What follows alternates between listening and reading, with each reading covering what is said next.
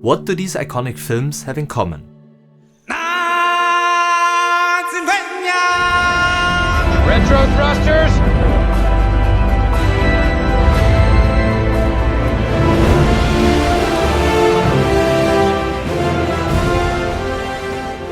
Correct, the unforgettable soundtrack of Hans Zimmer. A watchful protector. A dark night. This is the story of Hans Zimmer.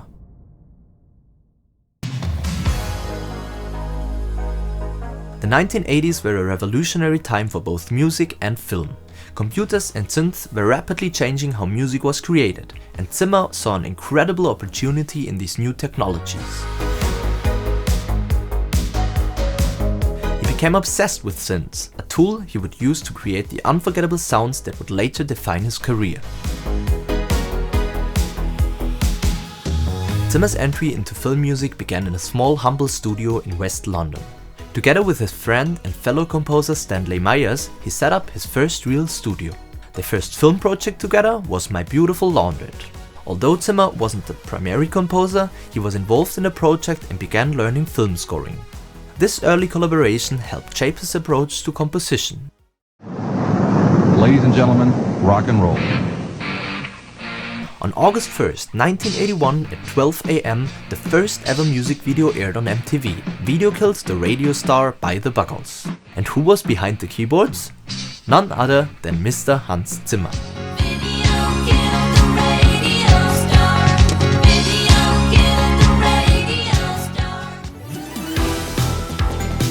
Zimmer's big break came when Hollywood's director Barry Levinson knocked on his door in London, asking him to score the film Rain Man. The studio wasn't really thrilled with this decision, but Levinson believed in his unique vision. Yeah, one for bad, two for good. Bad, two for good. Yeah. Hans Zimmer moved to Los Angeles to pursue his career, eventually becoming the legendary film composer we know today.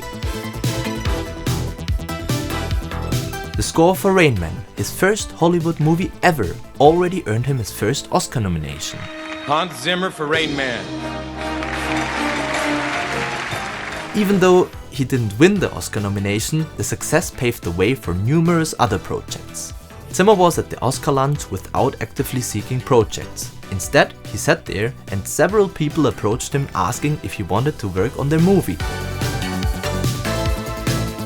This moment marked a significant shift in Zimmer's career, leading to even more high-profile work, including his next film, Miss Daisy and Her Chauffeur.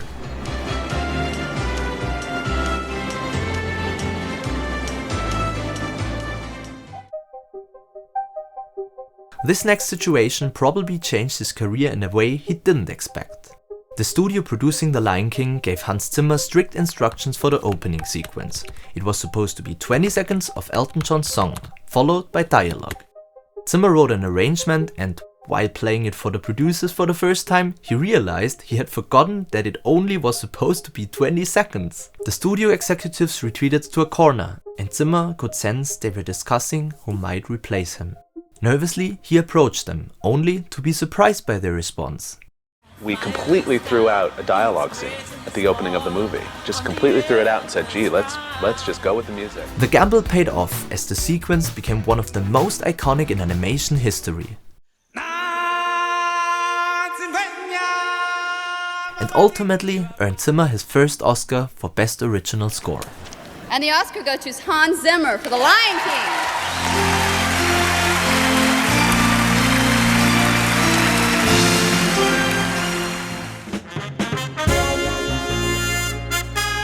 By the 2000s, Zimmer had become one of Hollywood's top composers.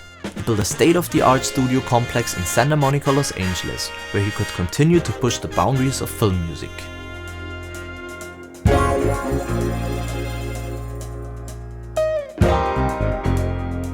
He went on to create memorable scores for films like Gladiator,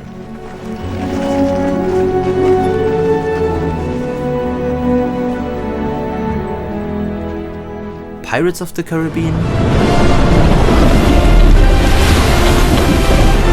and The Da Vinci Code.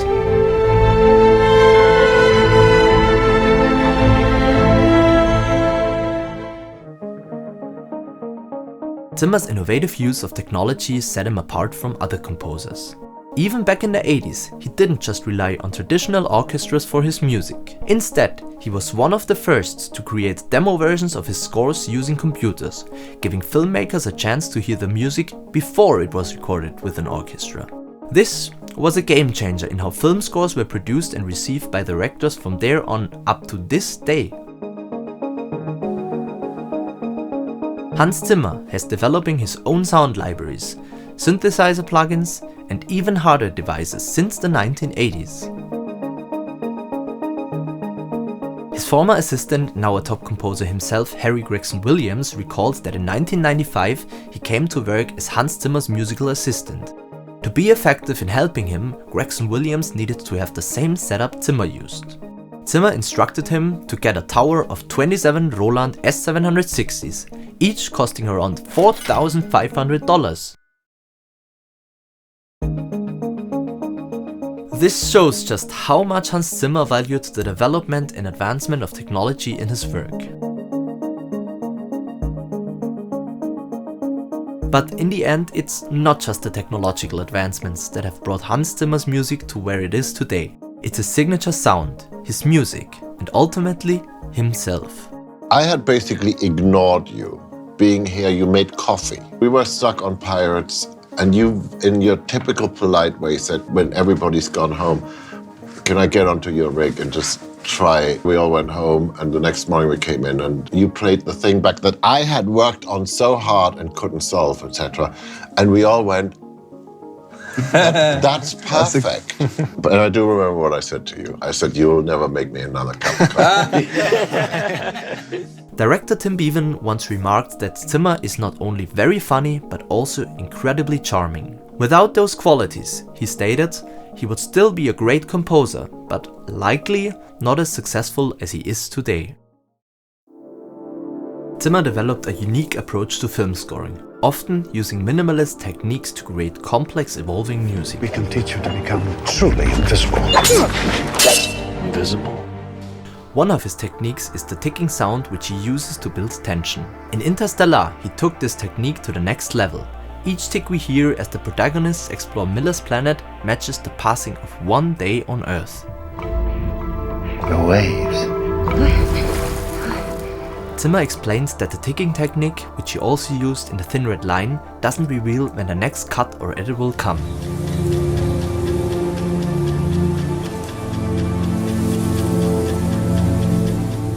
Instead, it feels like a flowing river seamlessly taking the listener on a journey. Another score worth highlighting is his work on Dunkirk. He came up with the idea of using the Shepard scale. The Shepard scale creates the illusion of an endlessly rising or falling scale that never exceeds the listener's perceptual limit. It therefore creates a continuous build-up of tension, making it incredibly fitting for Dunkirk, where the tension is constantly present throughout the film.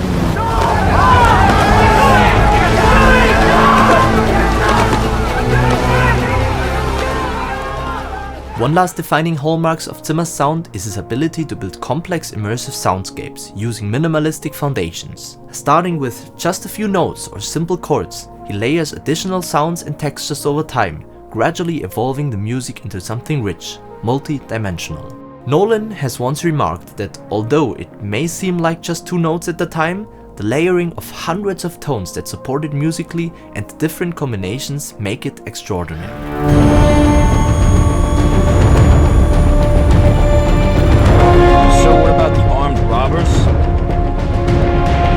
This technique is most evident in the soundtracks of The Dark Knight and Inception.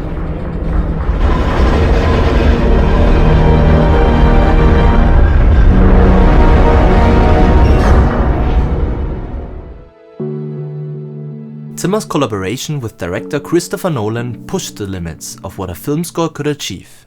Nolan asked Zimmer to write the score for Interstellar based purely on the emotional core of the story, through a simple letter he gave to him. So this letter arrived, and there's this beautiful story about what it meant to be a father, and so yeah, I spent a day writing it. He came over and he sat down on the couch, and I said, okay, I'll play it to you. And I played him this fragile little piece that I'd written about my son, really. I get to the end of it, and I'm going, so what do you think? Of course. well, I better make the movie then. This approach led to one of Zimmer's most innovative scores, seamlessly blending minimalist motives, the ethereal sound of a church organ, and a massive orchestral arrangement. Retro thrusters! Zimmer's work on Dune and Dune 2 marked yet another reinvention of sound. He wanted to bring new sounds, he wanted to go out of his comfort zone, he wanted to approach music in a different way. Using experimental elements and instruments, he created a score that defied traditional expectations of film music. Incorporating instruments like bagpipe, heavy metal guitars, and intense vocalizations, he challenged the norm of orchestral scores. Leaving out the typical strings and more conventional sounds, he created a provocative soundscape.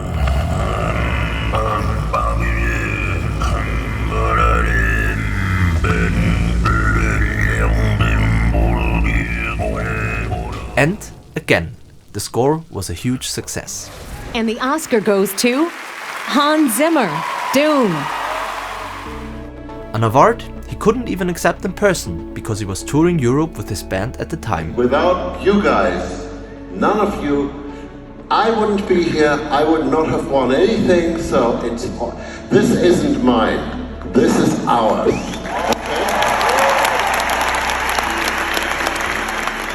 This band project, some sort of a rock, pop, electric film scoring orchestra, is his way of reconnecting with the live performance energy that first ignited his passion for film music. In front of thousands of people, Zimmer and his musician, oftentimes the very same ones that played on his original scores, present his film music, giving fans a chance to connect with both the music and the people behind it. Zimmer is constantly forced to reinvent himself. As soon as he develops a new creative approach or scoring technique, filmmakers and composers jump on the bandwagon and use the sound until it is exhausted and cliched. How he handles this is what makes him unique. Instead of giving up, he continually reinvents himself. This and the ability to merge technology with emotions has made him a legend in the world of film music. Having composed scores for over 150 films, his influence on the industry is immeasurable. And he continues to touch audiences even after nearly 40 years of scoring.